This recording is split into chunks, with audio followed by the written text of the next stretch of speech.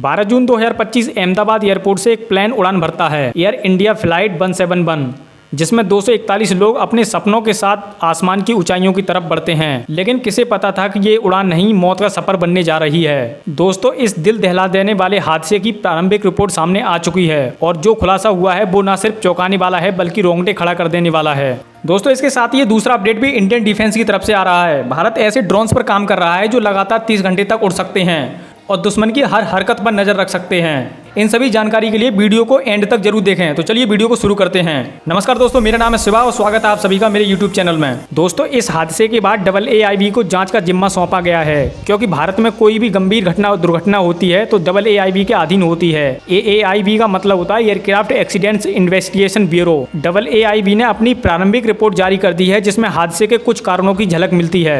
AAIB ने जब cockpit की आवाज रिकॉर्डिंग सुनी तब उसके होश उड़ गए। AAIB की प्रारंभिक रिपोर्ट के अनुसार विमान के उड़ान भरने के कुछ सेकंड बाद विमान के दोनों इंजनों में ईंधन कट होने की वजह से दोनों इंजन बंद हो गए थे, यानी फ्यूल स्विच अचानक रन पोजीशन से कट ऑफ पोजीशन पे आ गए थे। ये दोनों स्विच लगभग 1 सेकंड के अंदर कट ऑफ पोजीशन पर चले गए थे, जिससे इंजन अचानक थ्रस्ट खो बैठा और विमान तुरंत ऊंचाई खोने लगा और बेहद कम समय में ये विमान दुर्घटनाग्रस्त हो गया। कॉकपिट वॉइस रिकॉर्डिंग में ये पता लगा है कि रिकॉर्डिंग में एक पायलट दूसरे से कहता है कि अरे तुमने विमान का फ्यूल क्यों कट ऑफ कर दिया। दूसरा जवाब देता है मैंने नहीं किया है। दोनों पायलट एक दूसरे को मना कर रहे होते हैं। कॉकपिट वॉइस रिकॉर्डिंग में भी ये साफ जुबान से कह रहे थे कि उन्होंने ऐसा कोई एक्शन नहीं लिया है। पर दोस्तों, सवाल ये उठता है कि दोनों स्विच अचानक कैसे कट ऑफ पोजीशन पर चले गए। ये फ्यूल स्विच एक खास तरह के होते हैं जिनको एक्टिवेट करने के लिए डेलिब्रेट एक्शन करना पड़ता है। एक्सीडेंटल एक्टिवेशन लगभग नामुमकिन होता है। स्विच के पास लॉकिंग ब्रेकेट और स्टॉप लॉक मैकेनिज्म होते हैं। ये बिना लिफ्ट किए मूव नहीं होते हैं। AAIB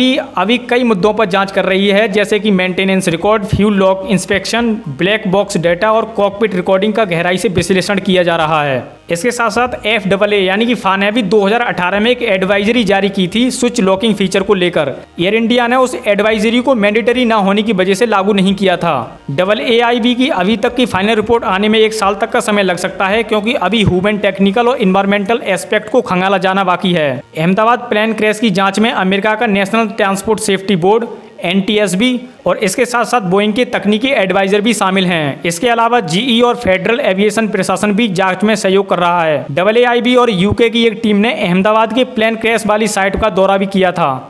दोस्तों, इस हादसे का मेन कारण जानने के लिए हमें AAIB की फाइनल रिपोर्ट का इंतजार करना होगा। चलिए अब बात करते हैं दूसरे अपडेट के बारे में। सोचिए, अगर आसमान में लगातार 30 घंटे तक उड़ने वाला ड्रोन दुश्मन की हर हरकत पर नजर रखे और वो भी पूरी तरह से भारत में बना हुआ। अब ऐसा ही होने वाला है इंडियन डिफेंस के पास। भारत सरकार ने यह फैसला किया है कि 87 यानी 87 जबरदस्त ड्रोन बनाए जाएंगे जो ऊंचाई पर उड़ सकें, लंबे समय तक निगरानी कर सकें और जरूरत पड़े तो हथियार भी ले जा सकें। इस प्रोजेक्ट पर भारत सरकार 20,000 करोड़ रुपए खर्च करने वाली है और सबसे बड़ी बात यह है कि ये ड्रोन पूरी तरह से भारत में ही बनेंगे।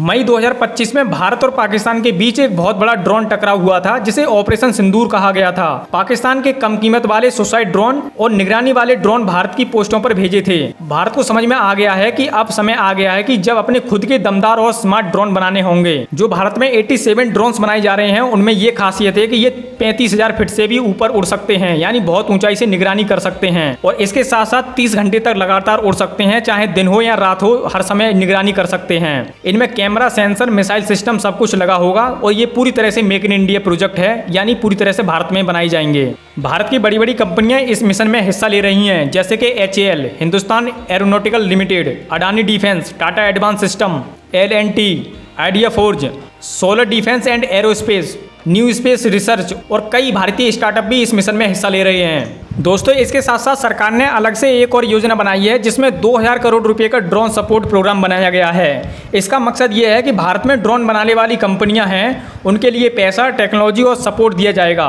भारत अपने आर्चर, NG और तपस जैसे नए ड्रोन भी बना रहा है और इसके साथ साथ नागशस्त्र वन नाम का सुसाइड ड्रोन भी अब सेना में आ चुका है, जो दुश्मन के ऊपर जाकर खुद को उड़ा सकता है और दुश्मन को पूरी तरह से बर्बाद कर सकता है। इसके अलावा आर्टिफिशियल इंटेलिजेंस से चलने वाला सिस्टम अक्षतीर भी बनाया गया है, जो पूरे ड्रोन मिशन को ऑटोमेटिक तरीके से कंट्रोल करता है। भारत अब अमेरिका, चीन, इजराइल जैसे देशों की तरह ड्रोन सुपर पावर बनने की तैयारी कर रहा है और अब हमारी सेना को ऐसा हथियार मिल रहा है जो बिना पायलट के उड़ता है और दिन रात दुश्मन की खबर लाता है। दोस्तों, आपसे हाथ जोड़कर अनुरोध है कि वीडियो सही लगी हो तो वीडियो को लाइक करें और चैनल को जरूर सब्सक्राइब करें। वीडियो देखने के लिए आपका बहुत बहुत धन्यवाद।